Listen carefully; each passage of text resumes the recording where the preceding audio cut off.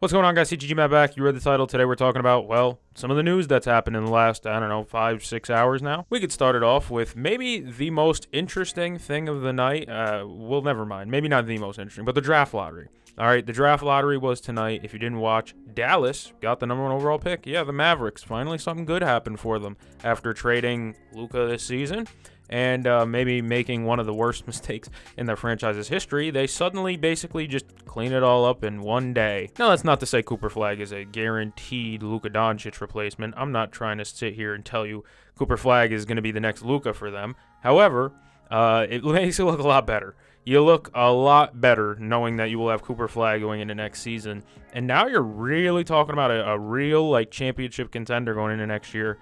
Even if Cooper Flagg is just all right, because he is going to have to share the ball. The Dallas Mavericks are not some developmental team. It's not Charlotte. It's not, Utah. It's not some team where he's going to be able to shoot 30, 20 times a night. He might not be able to. Because he's got to share the court with Anthony Davis. He's going to have to share the court with Kyrie Irving. He's going to have to share, you know what I mean? So it's not like it's his team off drop automatically. However, it's still a really fun team. And for a team that had wings, they did have wings. You're talking about PJ Washington. Guys like that. This is like a staple wing, this could solidify them as a championship contender again, barring, 2 years, maybe 80's still probably the defensive anchor he is. Lord knows where his offensive game's at. I think pretty good. But durability's always been the biggest question mark with this team. But if you're a Dallas Mavericks fan, you got to be at least a little bit happy now. Maybe you're still not okay with Nico, and I understand that. But, hey, man, ship's starting to turn around a little bit. It went from maybe one of the darker outlooks in basketball to holy shit, this team has a really decent future now. The Spurs jumped up to 2. That's fun to me, man. They're a team that I'm not sure what they're going to do with the pick, though, if I'm being real. Obviously, Dylan Harper is like the consensus number 2 guy in this draft class. But I'm questioning how that fit's going to work. Obviously, he's a bigger guard, but you're still dealing with Fox in the backcourt. You're still dealing with Stephon Castle in the backcourt. And Vassell's a 2. He plays the 3, but he plays a lot of 2 as well. But this team has guard play on guard play on guard play, and you're going to add another guard. I'm not against it because you can't have enough offensive dynamicism. I don't know. You can't have enough facets offensively, and this adds just another one. This kid's great. Obviously, father, lineage in the NBA.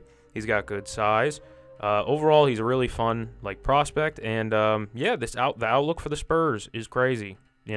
Fox, Wemby, Castle, and now potentially Dylan Harper as well. Not to mention Sohan, Keldon, Vassell. People were talking about maybe spinning this pick for Giannis. That would be interesting to me. Them swinging, because they have 2 lottery picks now, I believe. 2 and 14 or something like that, 13, somewhere around there. Maybe 12. Either way, they could package that. 2 and whatever the hell the back end lottery pick is. I forget what number it is. And then maybe a young guy, maybe a Castle even for a Giannis. And now all of a sudden you're really in the driver's seat. But that's a different thought. I know some Spurs fans probably just want to stick and pick. Hey, man, I don't blame you. That'd be really fun adding another young element on top of this already young and fun team. Now you're probably thinking, hey, man, with all these teams moving up like Dallas and San Antonio, by the way, Texas 8 tonight, who fell? Who was the worst fallers? In my opinion, the worst one is Chicago or Atlanta because they effectively tanked for not even a top 10 pick. That's brutal. Chicago especially. But they didn't really tank that well. They didn't tank enough, Josh Giddey hit too many buzzer beaters. Utah definitely sucks falling out of the top 4 because they were one of the worst teams I've ever watched in an entire season. And then, of course, New Orleans just has bad injury luck. What are they going to do with that pick? I saw a mock draft that had them taking Malwak or whatever from Duke. I don't know how I feel about them adding another center after already having Eve. I don't know. It probably worked, though. Of course, Brooklyn falling. They traded for their own first-round pick back, and it's only 8th. 8th could still change shit, though. I don't want to really understate, a late, a 9 or a 10 pick, because, you can make some real good value picks there, but it definitely sucks not getting top 5. And down below, talk to me about the draft lottery if you're a fan of one of these tanking teams or one of these teams that's rebuilding, or even the Sixers, who are now in a really fun spot as well. Do they trade that pick? I don't know. Somebody said package it with Paul George. Let me tell you, you package that pick and Paul George, you'll get yourself a lollipop and a high five. I'm sorry, that pick is not as valuable when you attach Paul George's contract onto it. That's an awful albatross deal, and I don't know who would want to take that bullshit on. Sorry. Yeah, but comment down below. Tell me what you want to do with that pick. Do you want to stick and pick? Do you want to trade it? Hey, man, what's Portland going to do? I saw another mock draft of them taking another center. Why? I don't know. Ayton, Rob, Klingon, adding another center. I think it was not Colin Murray Boyles. Somebody else. I don't remember. Now we could talk about the other NBA news. I'm a Celtics fan. Y'all know that. Great win for the Knicks tonight. Honest to God, great win. Did they miss a single shot in the second half? I don't think they did. It felt like every shot, I mean, it was magnet ball. Magnet ball. That's how I'm going to say it. Because Jalen Brunson had that 1-3 where it rattled all the way around and then went down. Tough. Mikal Bridges getting to 2 feet in the paint and then fading over Derek White like every other possession. It's starting to get really irritating to me after a while to watch. They had to send 2 at him. They sent 2 at him once or twice in the end there just to try and force the ball out of his hands. But it didn't really matter. Knicks had it going. You know, they hit a bunch of threes, I believe. No, it didn't feel like a bunch, but they hit timely threes. OG hit one. I thought his hamstring might have been a little bit pinched in the first half, but he came back. He played fine. Cat and foul trouble didn't really matter because Mitchell Robinson was buying them possession after possession after possession after possession with his offensive rebounding. He's been absolutely killing the Celtics all series. It has been painful to watch because he has just been masterful. But today they couldn't really even foul him in certain possessions because he was just passing back out.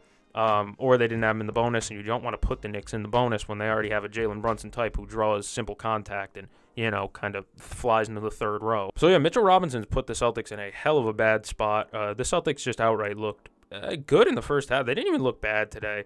Jason Tatum didn't look bad today. A couple of other guys looked really bad.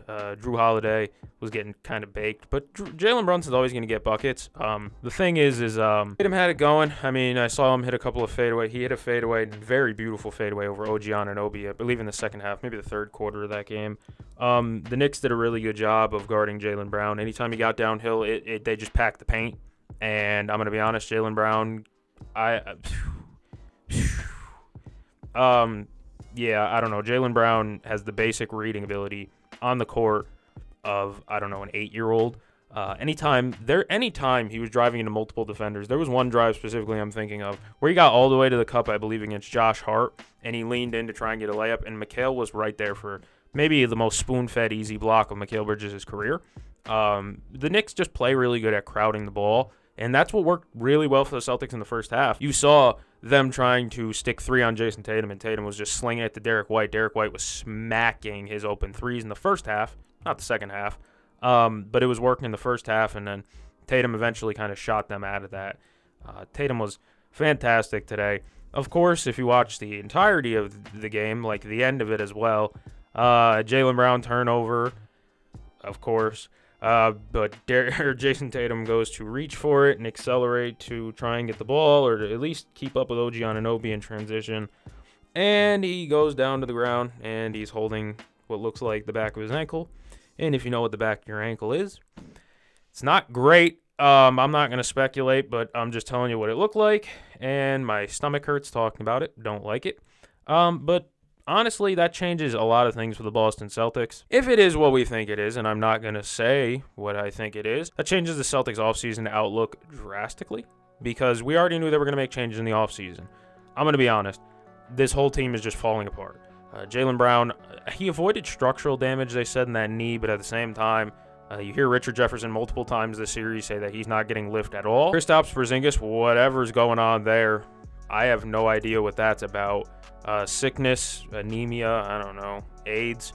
I don't know. I love Kristaps Porzingis for what he did last season in the 35 seconds he played in the playoffs. It was very electrifying against the Mavericks, but it appears as though he is the whale that will probably be going. Oh, people are assuming that people are probably like, well, it's only 3-1. You're assuming, yeah, I'm assuming it's over. If Jason Tatum's gone and Jaylen Brown is your best player going into Game 5, I don't have a white flag. I got a blue one, but I'm waving it, bud. It's over. It's over. It was a fun game to watch. This was probably the best game of this series In terms of like entertainment value, it wasn't a blowout in one direction. You could argue the first couple of games were, but they were mostly blowouts until like late in the fourth, until the fourth quarter for the most part. But this was probably the most back and forth one. Even though the Celtics took like a 13-point lead, it was never like, I never felt as though it was truly out of reach for the Knicks, especially with how they've been playing when they go down in these games. Hey man, next round should be interesting though. You're looking at Knicks-Pacers conference finals. Winner gets smoked by the Western Conference. No, the Pacers are playing magnet ball right now. If you watch their last game, I don't know what the hell to tell you about that one. I mean, it was an absolute wiping. Like, goodbye. Off the court. And now the top 2 seeds in the East are gone. You're going to have, should be a fun Eastern Conference Finals. Yes, I'm mailing it in for both series. The Cleveland Cavaliers fell apart, and so did the Celtics, if we're being honest. I mean, you look at the Cleveland Cavaliers situation, Evan Mobley's got a swollen ankle. Darius Garland's got a hurt toe, foot, whatever that is. Donovan Mitchell's getting x-rays, you know, and he re-aggravated his ankle sprain or whatever it was. He re-aggravated an injury. Their whole team is down. DeAndre Hunter missed a game. And then you look at the Celtics, and Jaylen Brown has that swelling in his knee. No structural damage, but there has been swelling, they said. Tatum, that. And then obviously Kristaps Porzingis with, I don't even know, an anomaly of an injury. The anomaly, Tatum, it's play on nicknames. Yay. Bro, let me have fun, bro. I'm miserable. My team is going home, and potentially the best player on the team may not even play next season if the injury is what we are silently thinking it is. Kind of like Voldemort. Don't say its name, though. You just got to kind of, you know, speak around it. At least he was having a really good game before he left. It would have been absolutely horrible if he was stinking it up again. Imagine if he had like 13 points and this happened. You know, it would have been like, oh man, he didn't even get the chance. He didn't get the chance to close out the best game maybe in his playoff career in recent memory. But at the same time, at least he had 40. I mean, there's something to write home about. He had a really fun game to watch. This is one that I'm going to turn on in about 2 years and cry to sleep at night. But yeah, it's a great win for the Knicks. We got another game on in a minute, but I don't know if I'm going to be able to do that. I got a headache. I played around the golf today, so I was in the sun a ton, and obviously, yeah, it takes a lot of energy out of you playing 18 holes, especially at the pace we were at. My God, fucking 5-hour round because there was 50 people on the damn course. If you've ever played golf, you know what that's like when you're sitting there at the tee box with the group in front of you still at the damn tee box. Insanely draining round of golf. Props to the Knicks. They played really well this entire series. I mean, they never felt like they were out of it. And now they get to be one of the representatives potentially of the Eastern Conference going to the finals. They're going to the conference finals. Wherever they go from there, I have no idea. Because if I'm being honest, if you told me I don't know, a month ago that the the conference finals matchup would be Pacers versus Knicks, I'd have been like, what the hell happened? We could do a series preview when we get to that point, but I guess we have to wait for both series to close out. But if I'm being honest, after how the Celtics just lost that last game, how bad Jaylen Brown's looked, and he's now going to be relied upon as their best player. And on the counter side, you're looking at how bad the Cleveland Cavaliers looked in their last game and how good Indiana looked. They won by 20, but it was realistically an 80-point game. Johnny Furphy was getting PT, if that tells you anything. When I knew that Pacers game was over was when Thomas Bryant hit a 3. I was like, all right, cut the black. The game's over. Overall, thank you guys for joining me. It's been a pleasure covering the Celtics this season and talking about them. They don't get a draft lottery. I wish they did. Let's pray for Jason Tatum. Let's hope it's not what we are silently thinking it is. Yeah, hope that's not the case. But if you enjoyed, like, comment, subscribe. My last video did pretty well. Thank you guys for that. I'm going to go catch the game. I'll see you guys in the next one.